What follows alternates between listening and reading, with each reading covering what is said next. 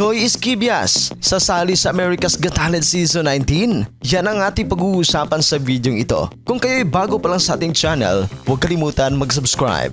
Si Joy Esquivias ay kamakailang nagpakitang gilas sa mga coaches sa The Voice of Germany. Siya ay finalist ng sinasabing kompetisyon na pinili ng mayorya ng mga Germans sa pamamagitan ng online votes. Siya ay lumaki sa Kasiguran, Sorsogon sa Bicol Region. Unang lumabas sa telebisyon si Joy sa tawag ng tanghalan sa Showtime na mapapanood sa ABS-CBN Kapamilya Channel, pero hindi ito nagtagumpay.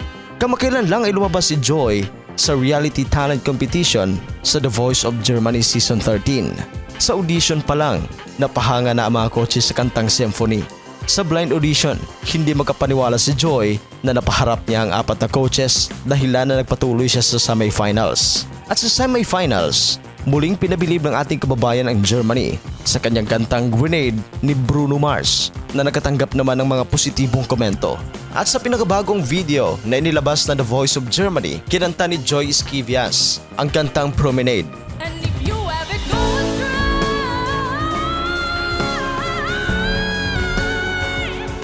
Dahil sa kanyang kakaibang performance sa ipinakita. Now ang tanong ng netizens at mga supporters, papasok ba o sasali ba sa America's Got Talent Season 19 si Joy Esquivias? Alam naman natin na kayang-kaya makipagsabayan ng Bicolana singer sa mga performers. Pero uubra kaya si Joy sa mga judges, lalo na kay Simon Cowell?